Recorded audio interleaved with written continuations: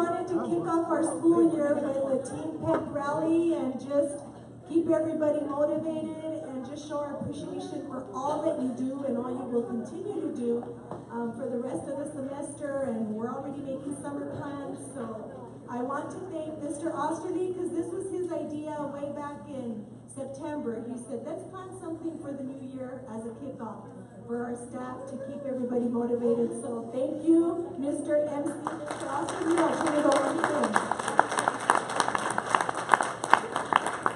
Hello, everybody.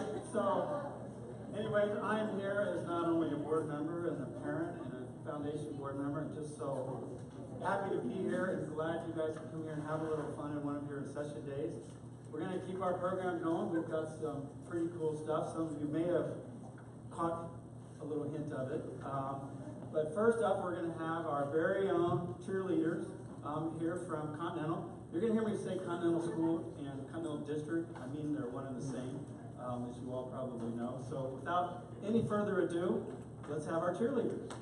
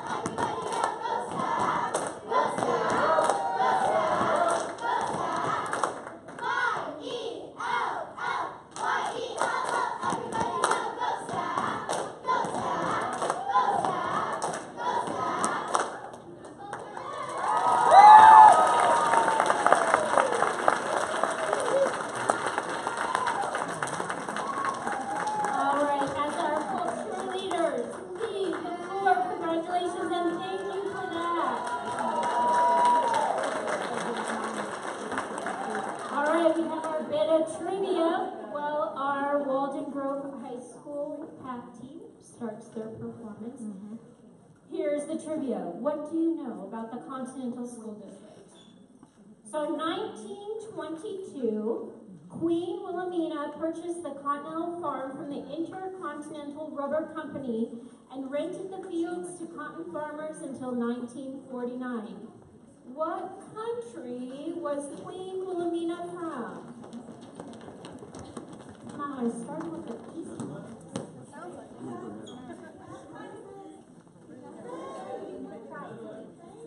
Who said that? Albert, did you say Netherlands? You got it. So next up, we would like to welcome, and this is the high school that most of them will go to, our world famous, the dance team from Walnut Grove, fresh back from New York at Good Morning America. Several times on America's Got Talent. So thank you for coming, and let's see what y'all got.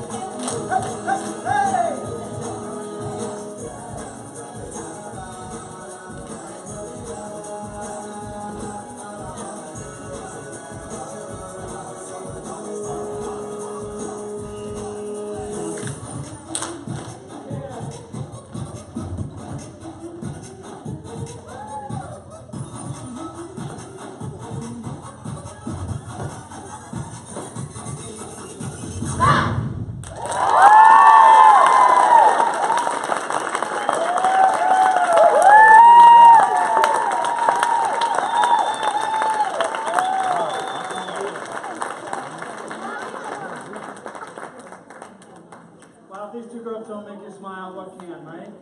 Let's give it up again. Thank you, guys. We've got some more questions, so let's see.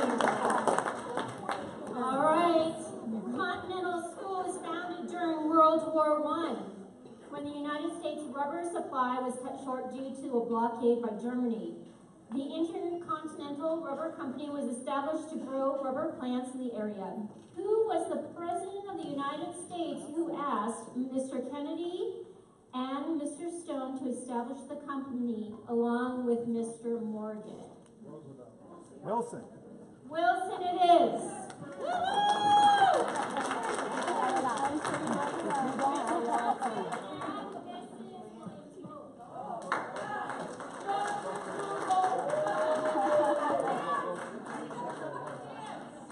Okay, on with our program. So we have a couple speakers for you. So our next presenter was from a small town in Oklahoma. Junior high, he was a DJ on a popular rock and roll station. Went to University of Tulsa back in '68. Thought he was going to be an actor, but ended up in radio. Then he realized, maybe I'll try TV. After graduation, he worked at various stations across the country, Tulsa, Miami, Oklahoma City. And then he was contacted by a station in Tucson. He was a news anchor in Tucson for 34 years, won multiple awards. He's now retired, enjoying his passion of photography, yoga, his grandchildren, and working part-time at Green Valley's own radio station, KGBY. So please welcome, formally Omega 9, Guy Ashley.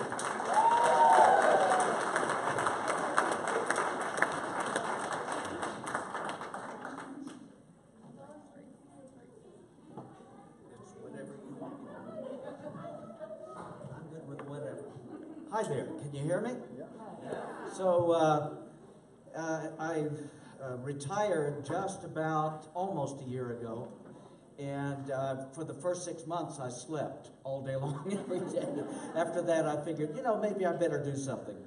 And so I was listening to the radio, listening to KGBY, and said, that sounds like my kind of music. So I asked them if they had an opening, and here I am. I'm on noon to 3, Monday through Friday on KGBY, 1080 AM, 100.7 FM. Teamwork, that's the subject they want me to speak about. I'm not a professional when it comes to teamwork, but I have served on several news teams over the last 50 years. So this morning I got up and thought about what are some of the lessons that you might learn from in the TV business, because I'm sure some of what happens in TV might happen or be paralleled in the education world. Have you ever watched a TV newscast and you're wondering what in the world is going on because it's crashing and burning? Well, it happens quite a number of times, and a couple of things could be at work. One person may be having a bad day. That's all it takes. If you've got 50 people working on a newscast, and you've got the anchors, reporters, the photographers, the directors, the producers, and if somebody doesn't get something right, and if a communication is not tip-top, things can go down the tubes very quickly, and sometimes it does. So my first tip for you today, as far as teamwork goes, is to bring your A game to work every day. We had, when I worked at Channel 8 in Tulsa, an older weatherman, Don Woods. He was getting almost to the point where he was going to retire, and he would be standing just about 10 feet away doing his weathercast, and Bob Howard, the anchor, would be just right over here with the camera right in front of him. And Don one night finished his weather and said, "Back to you, Bob." And Bob starts talking, and Don just walked right in front of the camera, seemingly not knowing what he had done. And he really didn't know what he had done. And everybody's thinking, well, that's Don. And so a couple of nights later, it happens again. Don's just walking across, oblivious to whatever's happening. And after the third night, the news director finally had a little talk with him, and they actually placed guards, as in the camera people in front of the TV cameras, so that Don wouldn't be able to walk through.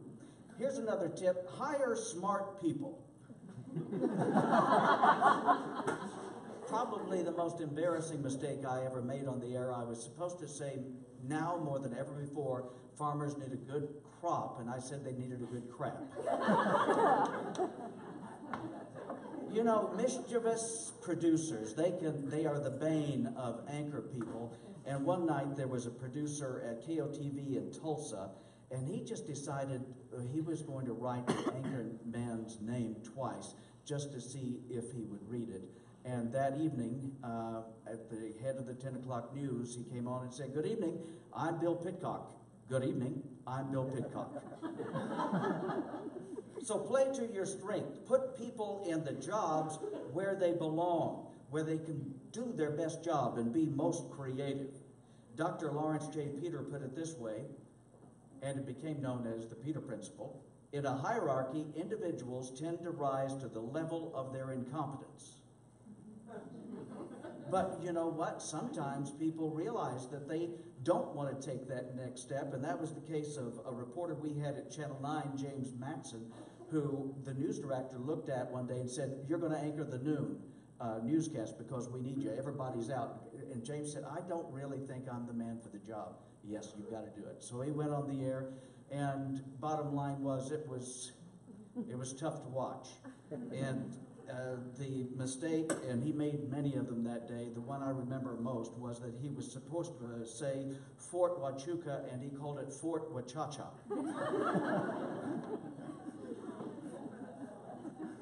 In TV, we have interns. Sometimes they come from the high schools, or they might come from the colleges, and they're you know, they'll just show up one day, and everybody's, you just figure, okay, that person is an intern, they're quiet, they're nervous, they stand, but sometimes they're pressed into service, and we needed a teleprompter operator one night. So, you know, the teleprompter, that thing that supposedly makes us look a little bit more intelligent than what we are, and they polled a young lady and said, "You need to run the teleprompter." And she just walked back, sat down in front of it, and we started the newscast. And Stella and I, after a couple of minutes, were looking at each other and thinking, what's going on here? Because the prompter is not keeping up with us. And after the newscast, we found out why. The young lady who was running the teleprompter did not speak English.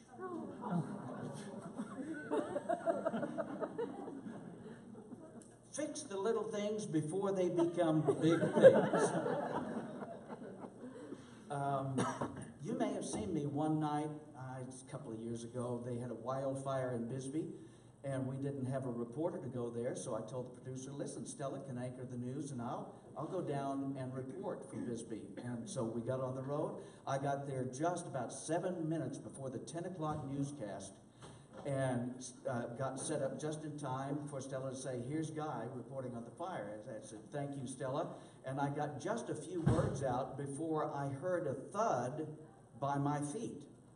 And I thought, what is that? I guess I better look and see. And the microphone had fallen apart, which meant that nobody at home could hear me. And come to find out, everybody knew about that microphone being bad. All of the reporters who went out each day, they knew about it, so they could hold it. But you let the old anchor man get out there not knowing, and it fell apart on me. So fix the little things before they become big things. Spell check. I just tossed that in because I'm a grammar fanatic. And I mean, I could list 100 examples of misspellings on the air, but one of the worst was during a sportscast. It was about Pittsburgh, the Pittsburgh team, and they had misspelled it P-I-S-S, Berg. And we heard from Steelers fans all night long. Don't be stupid, because if something bad can happen, it will. I'll relate to you the most notorious incident in the history of Tulsa TV news, Tulsa being where I'm from. And this is decades ago, when there was a show on called Mannix. Mannix. And Mac Krieger was the sportscaster for the 10 o'clock news, well known, well respected, and he had gotten his sportscast done, and he walked into the control room and pressed a button so he could see Mannix, the last part of it, in the studio. He sat down in a nice easy chair out there and was watching Mannix. And then the director came in a couple of minutes later. They said, "Okay, get a shot of Mac."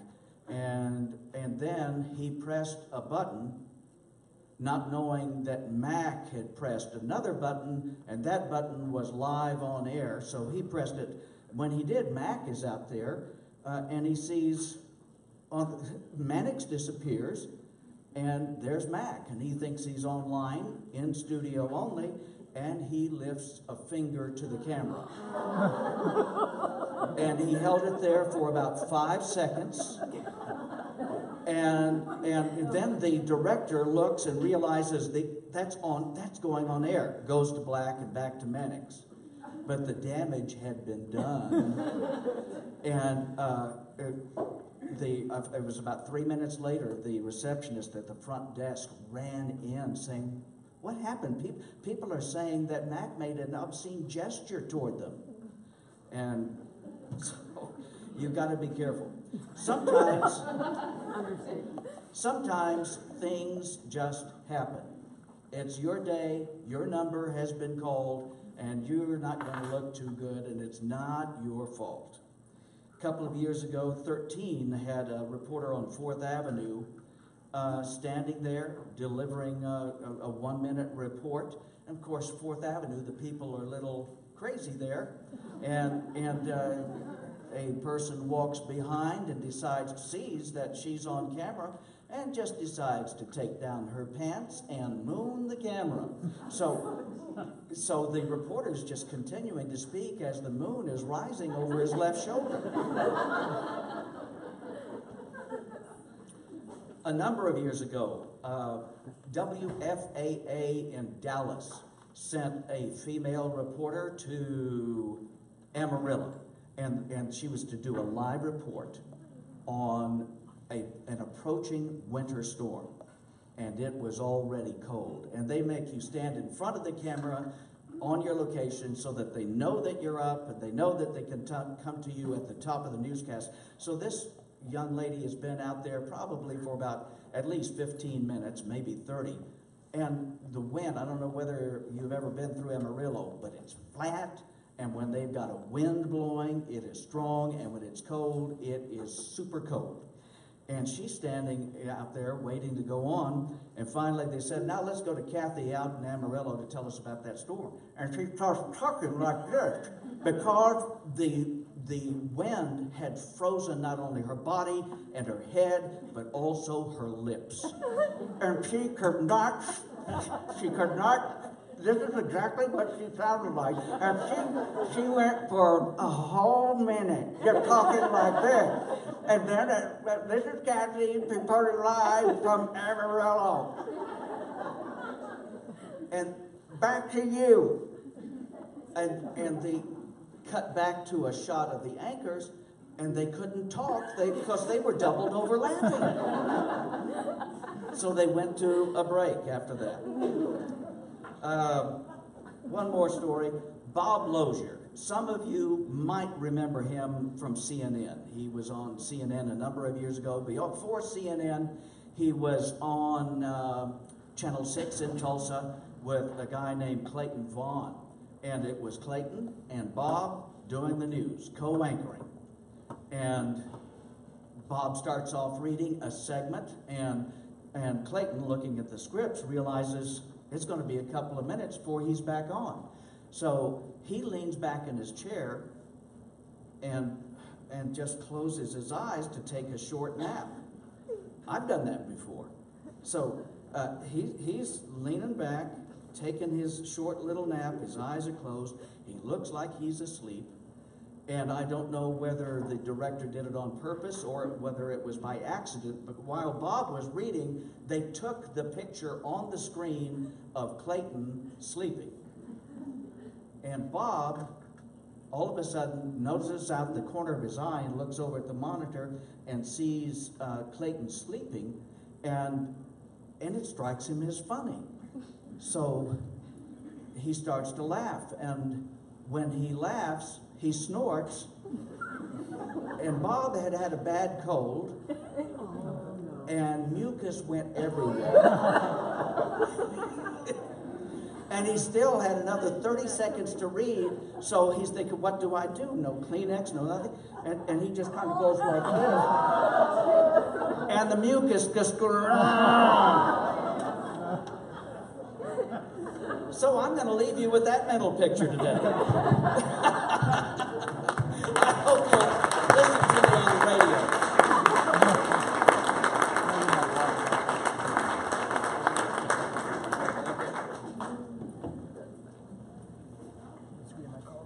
we're going to try a little more trivia. Thank you, Guy. Thank you very much.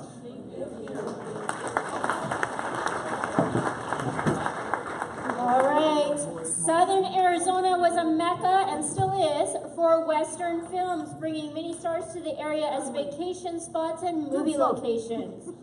During 1939, the Bull Farm, which is the present-day Quail Creek, was one such location for a Gary Cooper movie.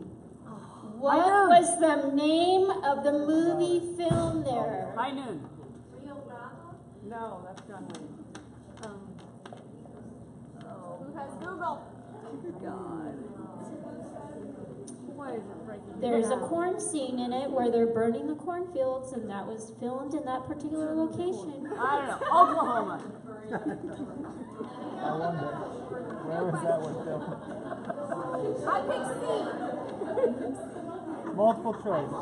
C. All right. It's always It's called The Westerner.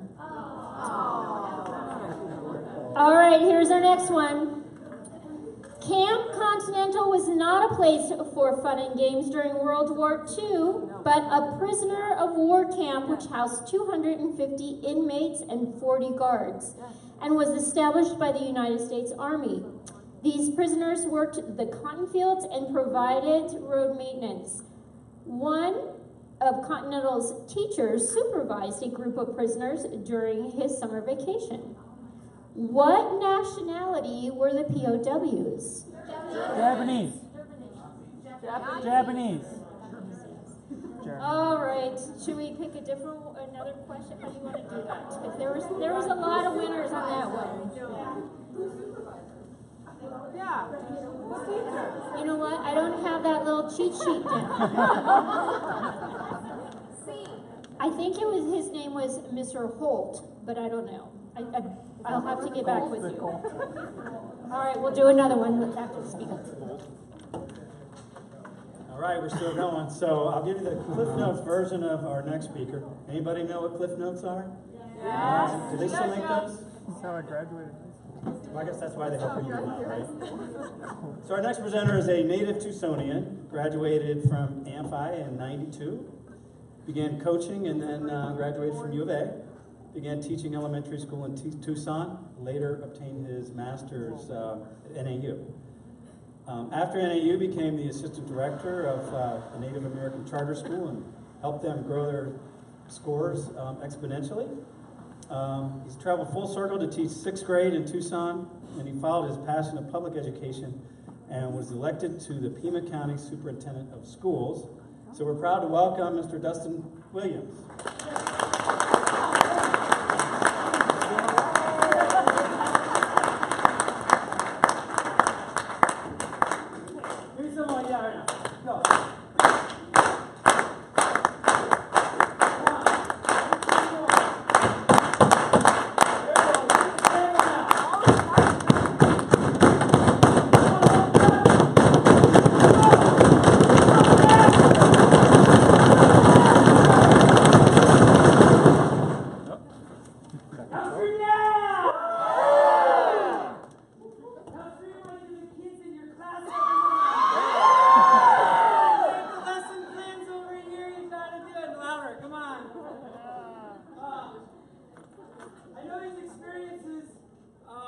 Because I've been doing it 20 years in this business now. Started after school programs. And I can't commend every single one of you enough for what you do, because there's no true way to really date an educator. It's the most intimate, it's the most loving, caring profession in the world. And how do you explain that to someone that doesn't know education unless they've lived education? It's really, really hard.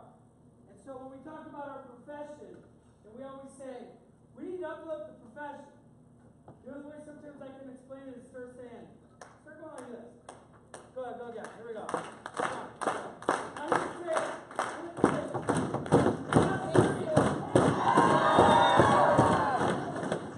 That's it. Sometimes that's the only way I can explain education. Because those are the moments, and that's the heartbeat that you feel every day in every single position.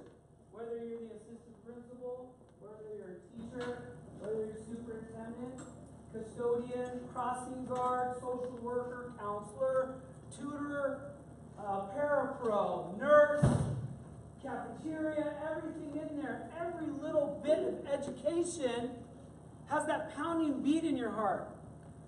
And especially if you have to make that phone call home and tell that parent sometimes what they don't want to hear. That's the hardest part of this profession. Because in today's profession, the parent sometimes is on guard. But it takes a community and leaders in the community to back our profession and to coach people of what we do.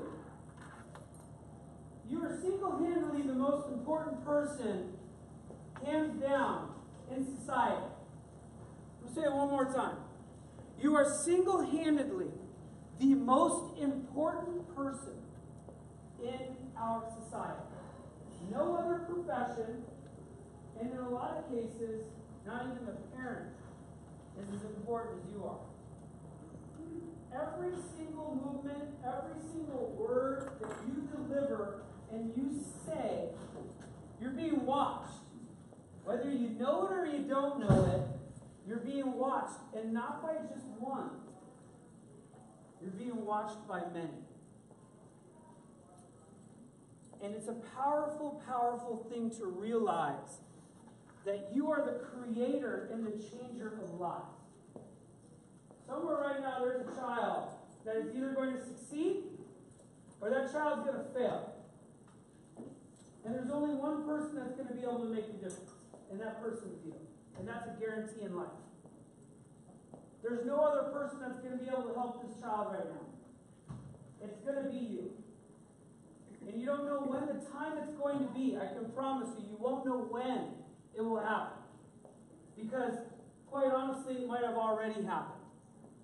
And then, quite honestly, it might already be many students that you already know. There could be a student right now that you're thinking, yep, I know for darn sure, working with this student every day, talking to them over and over and over, I know I've changed their life. But then there's the one student that you have no idea. That's another part of our profession that's so hard. We never reap the rewards right away. We don't know what really goes on later on in life. What are the impacts that you have done? We get to see the light bulb, we see the change, we see that immediately, and that's gratifying. But we really never sometimes hear the story down the road. But too often we do hear the story down the road when the child has failed. And it becomes a growing trend that you see and you hear these students today and how they feel and how they're growing up. Because the industry as we know it, literally sitting in these chairs and in this room, is changing as we're sitting here. There is a new app, there's a new program, and the way of the past is gone. And it's changing. And are we adapting with it? And that's the challenge that you have to find in yourself. The challenge every day is how I do things and how I've always done things. Have I challenged myself outside of the box? Have I got together with someone completely different in the organization and said, I want to know a little bit more about your job. Or, when I do this lesson tomorrow, I'm going to change this one part of it. And I just want to explore and see what happens. Or, you know what? When I'm reading this story, is this boring to me? And if those are the questions that you're asking yourself daily, then start writing them down. Start testing yourself every single day when you wake up and say to yourself, where is that new student that is watching me that I have no idea that is watching? Because believe me, they're watching you. They come to school every day looking for some piece of motivation that's going to change their life. So you have to be the life changer. And you have to find that life change. When I taught my classes and my kids, one of my favorite grades to teach was 3rd grade. And the parents would always say, Dustin, why do you like third grade? I said, they're the perfect age to brainwash. And they were like, I'm like, hold on. It's true. I could actually convince some of these kids that they were unstoppable. There was nothing they couldn't achieve. And before I knew it, sometimes I had like cases on my hand. I'd be getting weird letters from corporations saying your student's been asking to donate all these supplies. I'd be like, wait, what? And we're going into it looking at this whole thing. You single-handedly can create the change in the world that is needed. And it's at every single position in the most important profession in the world. Perfect example. Your board member showed up in 2017. He had an idea. He had this wacky idea of wanting to be a board member. I looked at him, I said, do you understand that you work tirelessly and there's tons of hours? Yeah, I got that. I got it. You understand that it's absolutely, there's no pay whatsoever, correct? Yeah, I got that. Okay, well now you got to go upstairs, you got to go through this grueling interview process. Oh yeah, I got that. He comes back down. Well, I don't know, I'm going to have to see the committee and we'll see the vote. Yeah, okay, it's going to work out. It's got, Lo and behold, here we are, standing again with a vision that this gentleman and your administration has backed. It's all for you. I've toured over 180 schools. I've been all over the state, and I don't see a lot of this. This is what we are lacking. I commend you. Round of applause.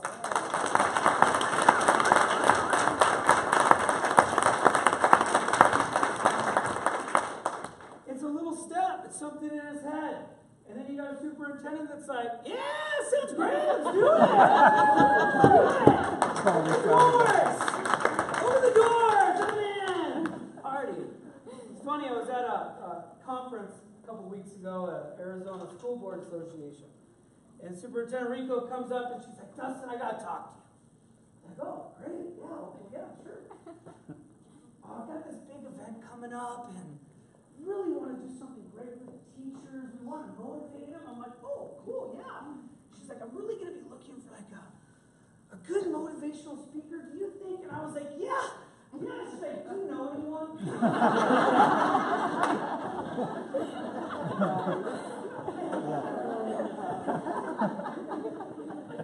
She's throwing some dice on the crap table. So when I stepped on here, I said, honored to be here. But most importantly, the message that I really wanted to drive home is don't wait.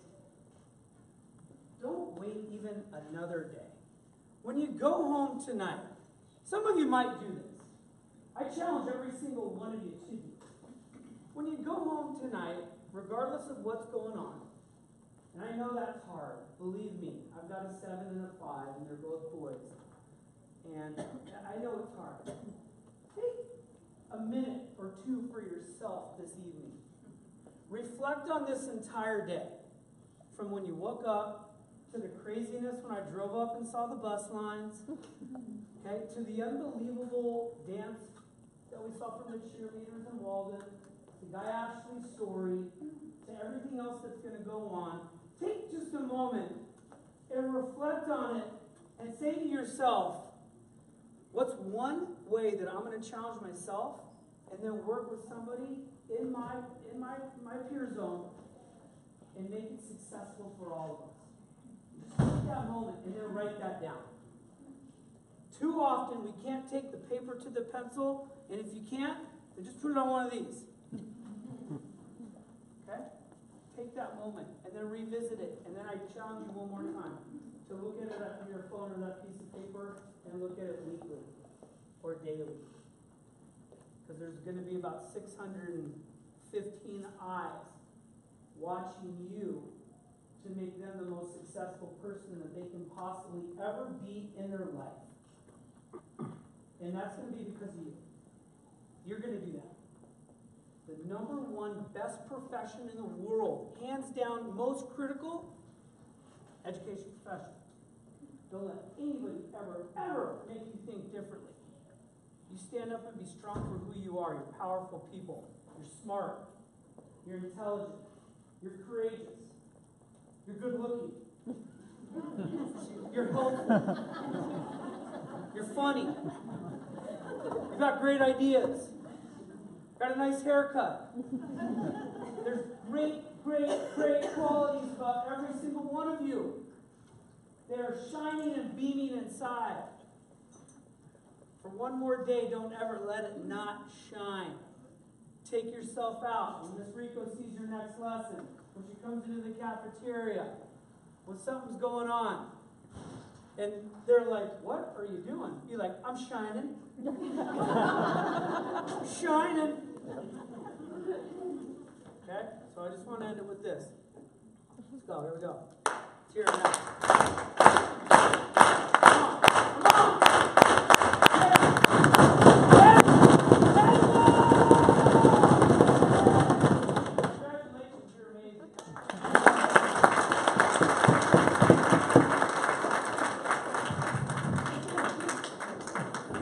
Let's give Dustin another round of applause.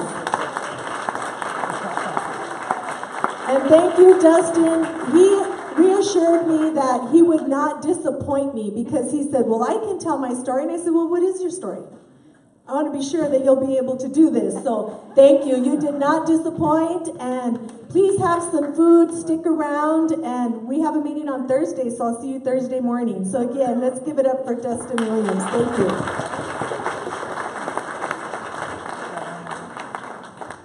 Okay, MC. Oh, we have another trivia.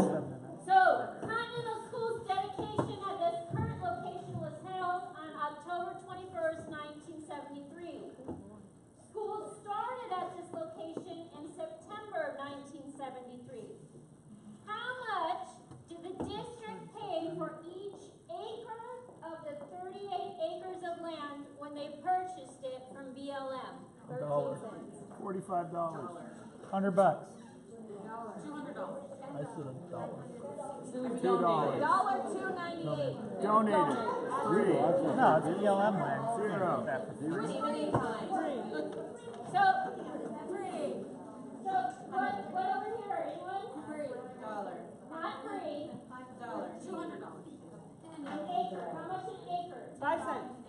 Not 5 cents. 1 cent. 2 Penny an acre. All right, 3 cents. $2.50 an acre.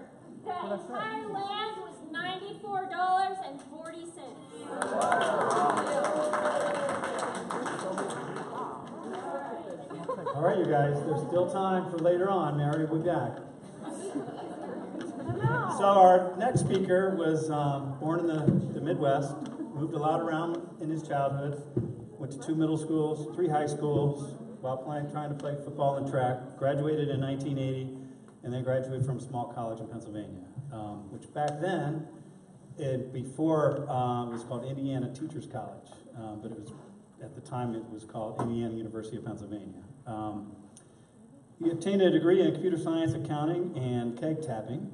Moved to the Washington, D.C. area as a programmer, and then moved into software sales, and settled into a nice little town in Green Valley and runs a mortgage company. He enjoys his family, his CrossFit gym, golf, amongst other things. He's very proud of his 2 honor roll students in 4th grade and 7th grade here at Continental. And if you haven't guessed by now, it's your foundation member, your board member, and your parent, and your biggest fan, me.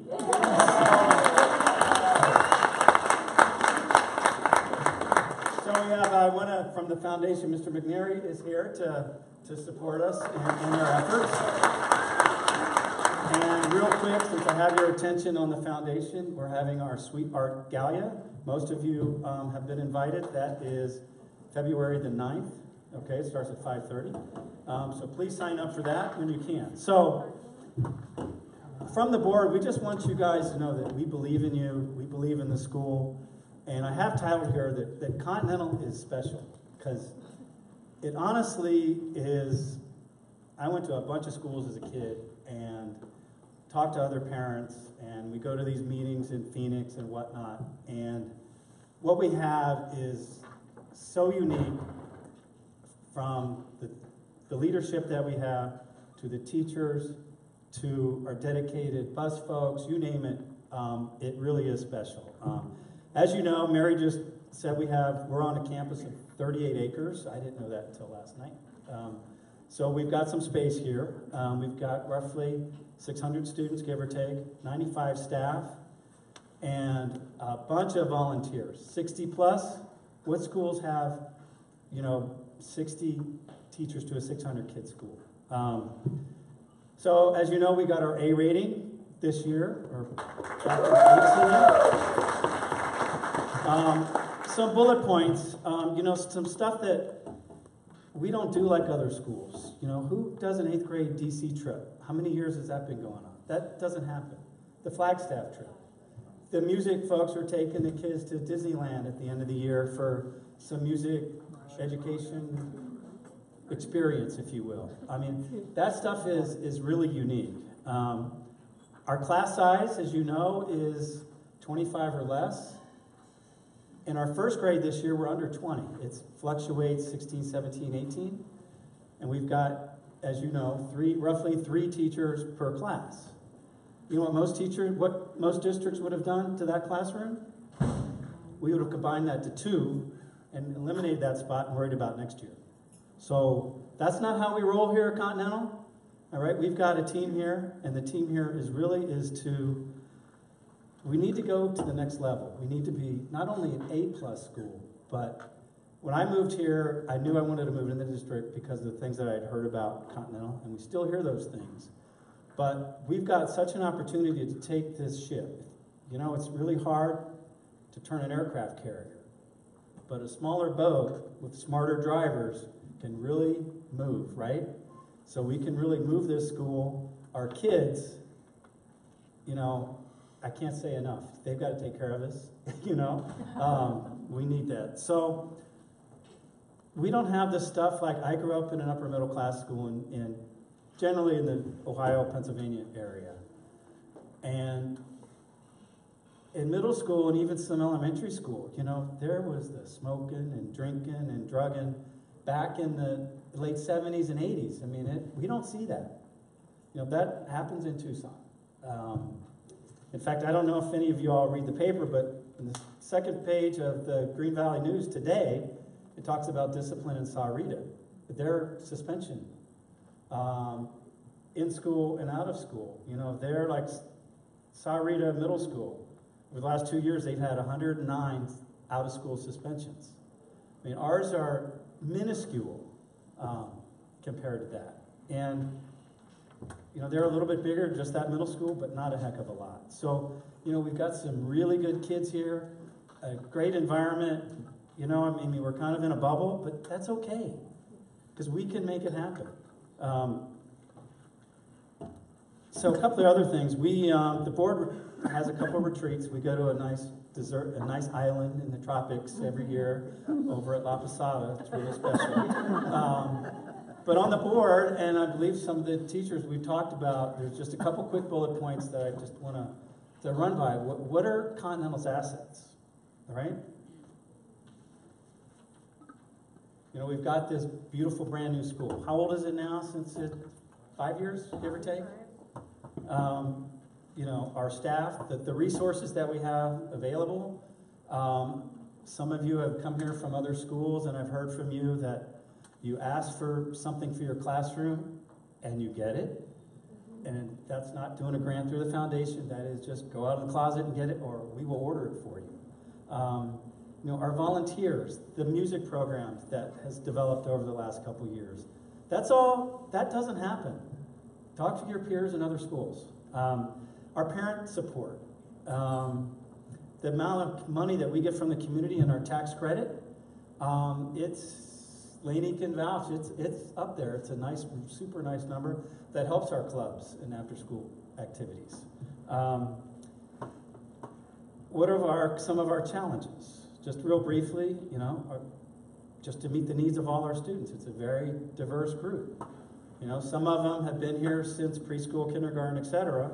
Some are very transient because of their parents' professions. So it's tough. Some of the special education needs. We've got a kind of an influx this year, from what I understand. The growth, some of the turnover. So we're starting to build consistency. You know, we've got growth. I don't know if anybody knows, Madera Highlands is adding 400 houses in the next 4 years. So here it comes again. So we got to be ready for that. We have some capacity now and putting in a plan for what's going to happen down the road. What are some of the most important things that we need to accomplish, right? Teaching children, it's that easy. Student achievement, life skills, character skills. Unfortunately, a lot of our kids aren't getting that at home. So they look to us, just like Dustin said, you know, you're going to make a change in 1, 2, 20, 100 kids' lives. So what are some barriers that we have? Addressing all the needs of all the students. It's tough. One of the other things that came up was improved writing, reading improved, computer-based learning. We're also looking at some advanced classes. You know, let's learn from some other top-tier schools, whether they're a charter school or a public school. So, honestly, this is from my heart, and we can really take Continental up to the next level. We can do it now. We don't have to wait for funding from the state because we know that drill.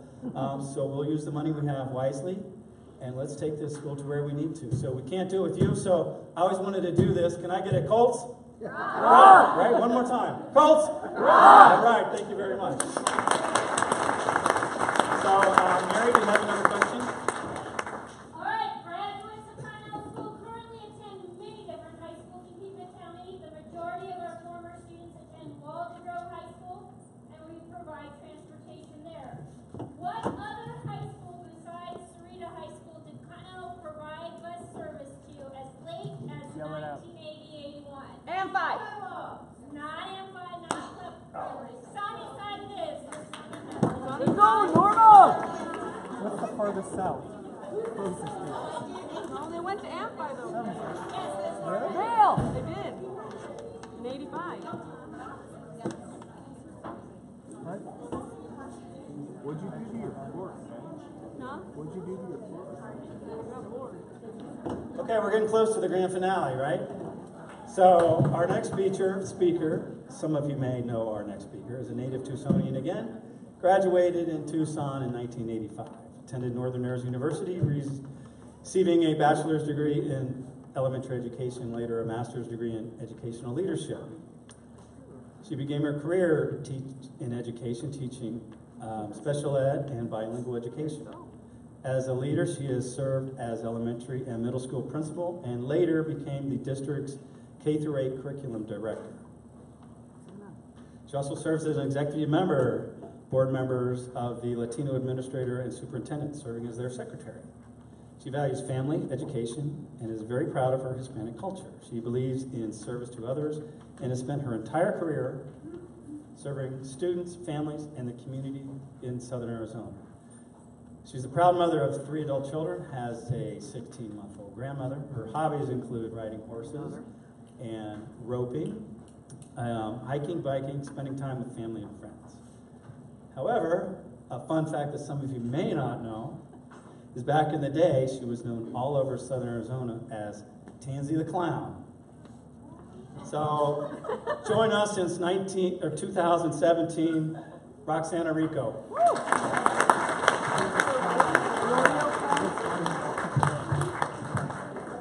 That was so weird.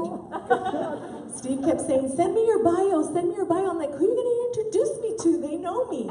He's like, just send it to me or I'm going to make something up. So, had to send it to him. But yes, I was Tansy the Clown in my former life. And I did birthday parties and balloon sculptures and face painting. And Steve Lathan is dying for me to come out of retirement to bring out my costume. But my oldest daughter does not like clowns because that was when she was little that she would see me transform into Tansy the Clown. But it's a lot of fun when you can be silly and do things and people don't even know who you are. And you'd be surprised how many people do not know how to run a birthday party. I mean, they'll pay lots of money for you to run a piñata and play musical chairs and entertain their children. So anyway, Steve, thanks for sharing that fun fact. So first of all, can anybody recite our vision statement. And these are for big prizes, and you can't look it up. I just want to know, does anybody have any idea what our vision statement is? Because we have some gift cards to Olives. Anybody know what our vision statement is?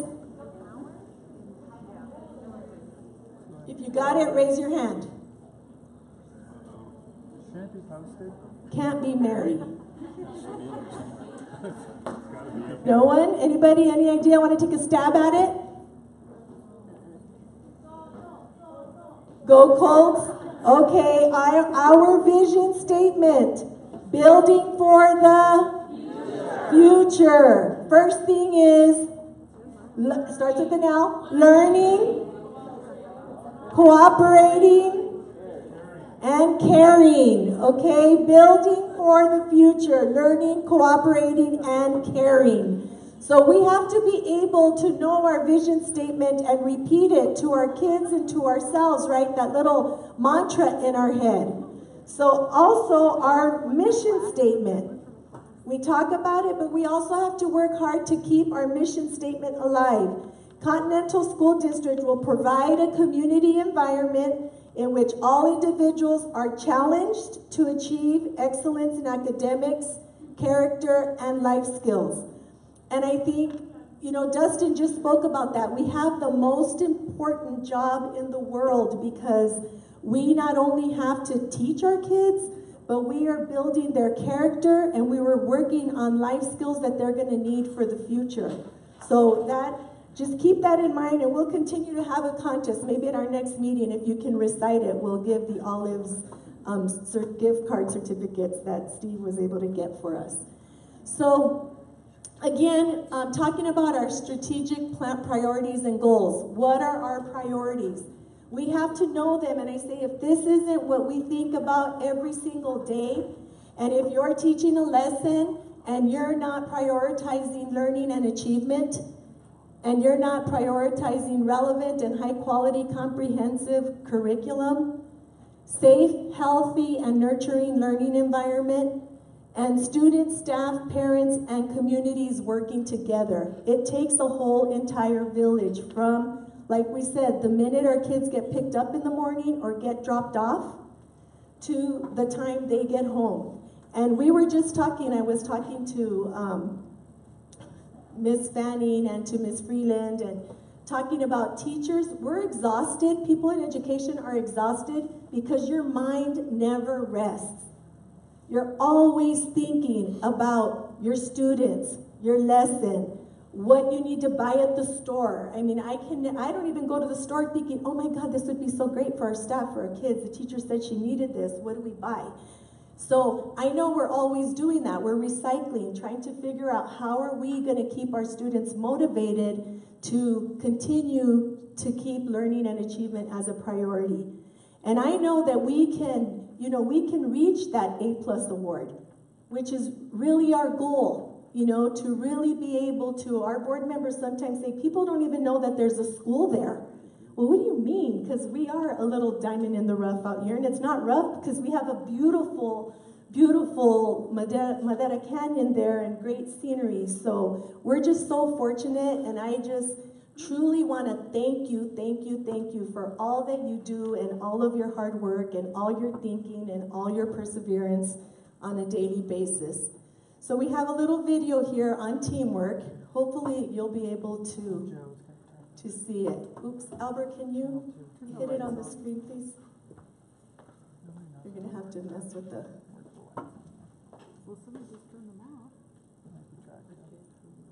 So again, it's on teamwork.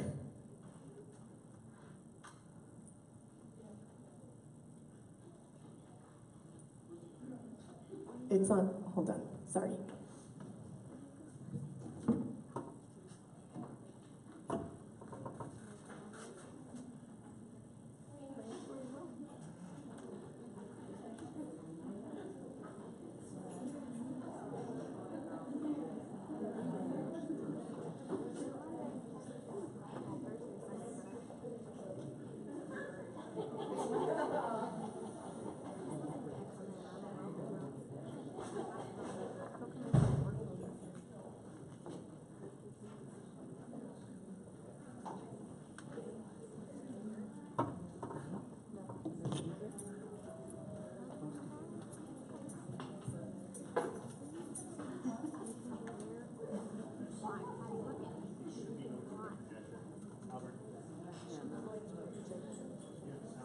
Okay, technical difficulty. Mary, you have another trivia question while they get the sound going, please?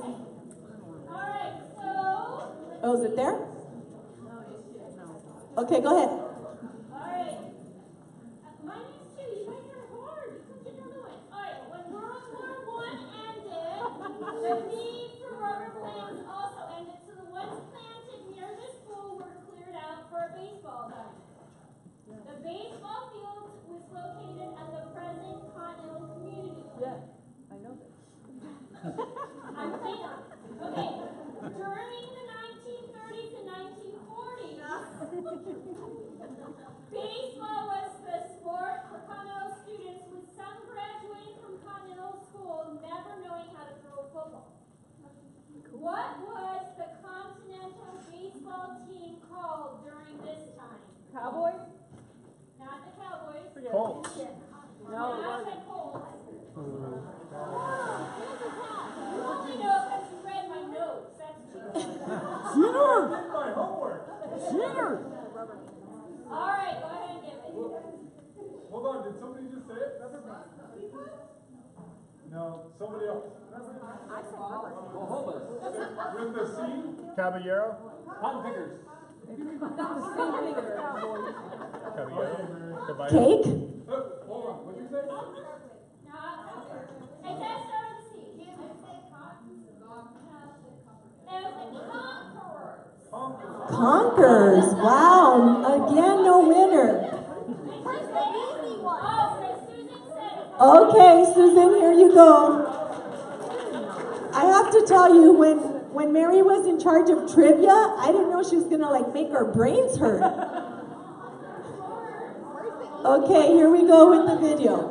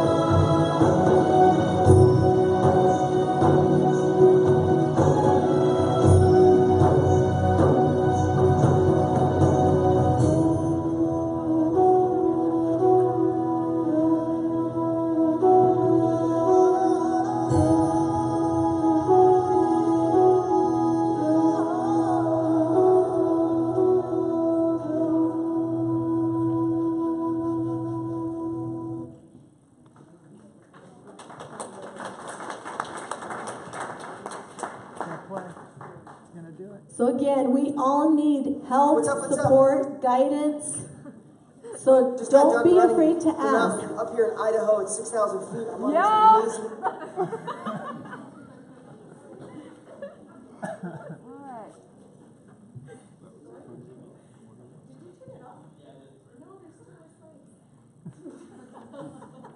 There's another really short video. That one was way more interesting.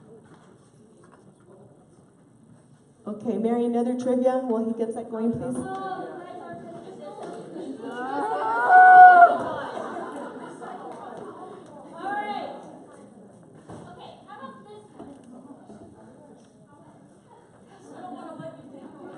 right, Mr. Ashley mentioned that we have our 8th graders go on their civics trip to Washington, D.C.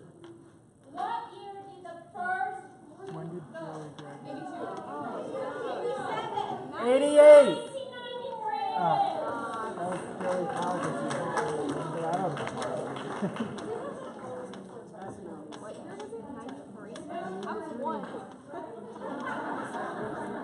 I was 2.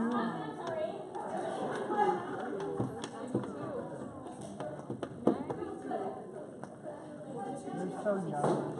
But that was kind of cheating because you had a kid go.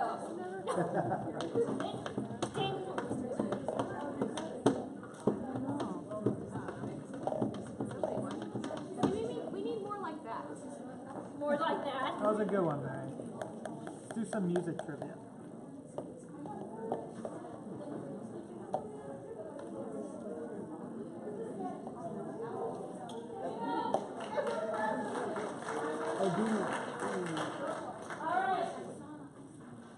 So give us some trivia.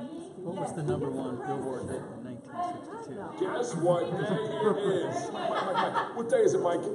Guess what today is? Make it big. Can't I see. love this video. Albert. It's time to wake up, people. This one goes out to teachers. Teachers have students.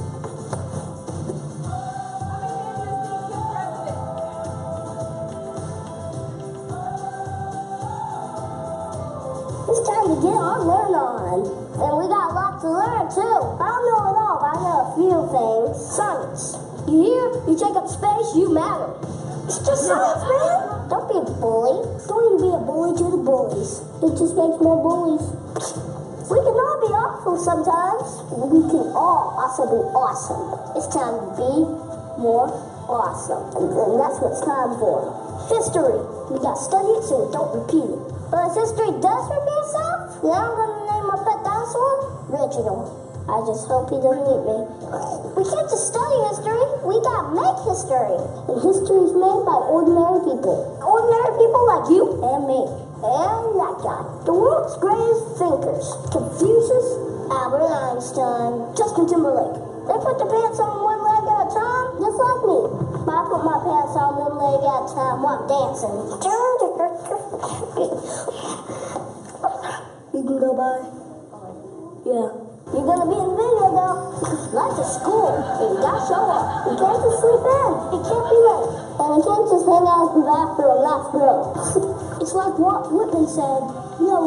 Except he didn't say that, but you would know that if you would read a book, baby. Seriously, read a book. Any book except the vampire ones. You wanna change the world? You gotta know about it. What if Shakespeare didn't go to school? His plays would be even more confusing. To be or not to be? Is that the question? I don't know what a question is. I didn't go to school. Anybody? Help me out here. I got a question for you. What are you teaching the world? How to be boring? How to make the world sad? No, you're not. We're teaching the world what it looks like to be awesome. No matter who you are, somebody's learning from you. Everybody's a teacher and everybody's a student. Look for the awesome. Teachers see things. They see when you're running down the hall. They see when you're passing notes. But they also see the person that we can all become someday. A writer or a speaker or Martin Luther King. Teachers, keep teaching. Students, keep studenting. That's not a word. Sorry about that. Here's the teachers that see the awesome. The homework is this. What do you want to teach the world? Do it. Let's make some history together. Because it's simple math. Together, we're better. Those girls are a little too loud. Is there a teacher who inspires you? Let them know. This is for teachers everywhere. So share it with them. We gotta make the world awesome. Somebody's learning from you. I'm out. Get to learn all. We're making history. I'm gone. Awesome. All right, he can say it a lot better than I can. Go, kid president. Okay, so again, how do we do this? We're going to persevere and we're going to stay the course. And we're going to keep each other uplifted, and we know we're not all going to have perfect days, but a good team sticks together, a good team steps in when someone's not at their best and not at their A game, so that we can all get the results at the end to increase student achievement and to support each other. The leadership team and the board were reading a book called Leaders Eat Last, and it really does talk about you have to run your organization like a family. And I say it all the time, if kids don't know, they don't care how much you know until they know how much you care. And that's truly like what we're trying to foster here, is that so you know that our board, myself, Mary, Steve, our parapros, everybody is here to support teachers, teaching and learning, and parents. So we really, really, truly appreciate you. And we have one little extra trivia. And we're going to have Bolt the Colt please come out, and maybe we could get some music for Bolt the Colt out here for a minute. And you're going to get to guess who Bolt the Colt is, okay? And if you can guess who Bolt the Colt is, I think we're going to have 3 guesses. And these are wonderful wrestlers who are hanging out because they're going to go to a meet in a little bit. Yay, okay, let's see. Let's have you at your tables think about who is Bolt the Colt for an Olive gift certificate. Let's see.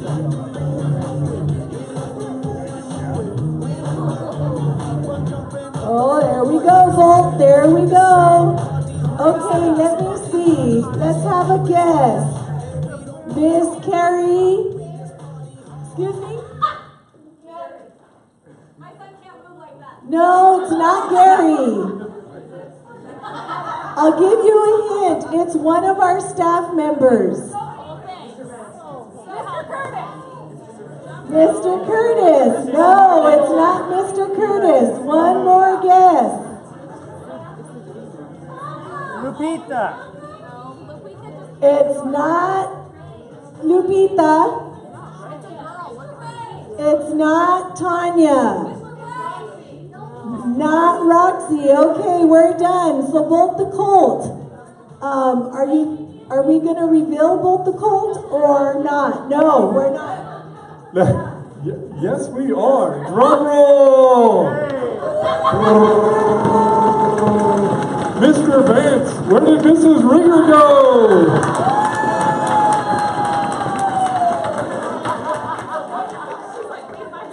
Everybody, big round of applause. That is a hot, smelly costume.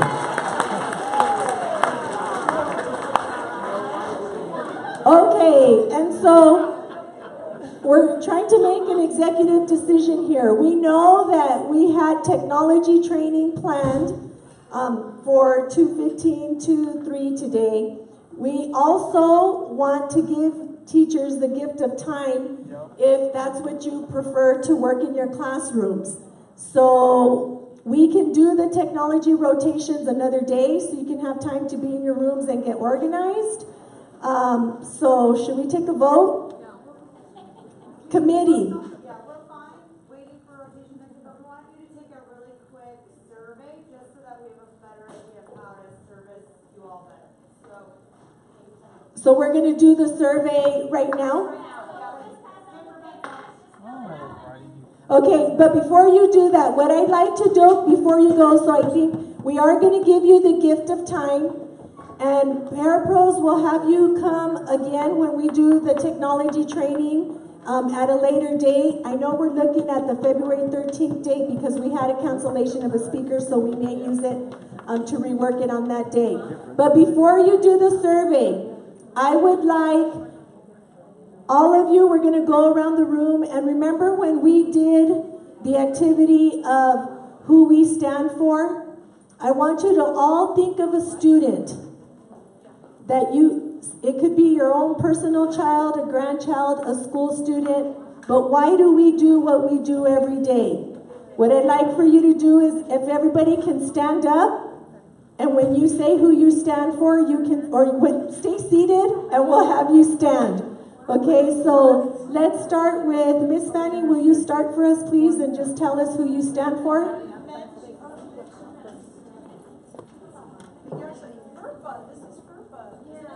No, you're just going to say a name. I will say, I can start. I stand For Jessie, Rosester, Isabel, and Jennifer, who are students that passed away when I was principal at Summit View. So I stand for those 4 kids. Stand for, his name is Gabriel Moreno. He's new to us, and I think he's come from kind of a rough school, rough background. Just found out yesterday that he likes to call Gabe instead of Gabriel, so I felt like that was bonding moment for him. And you don't have to say last names if you just stand and say a first name. Fred? And stay standing, Wendy, please.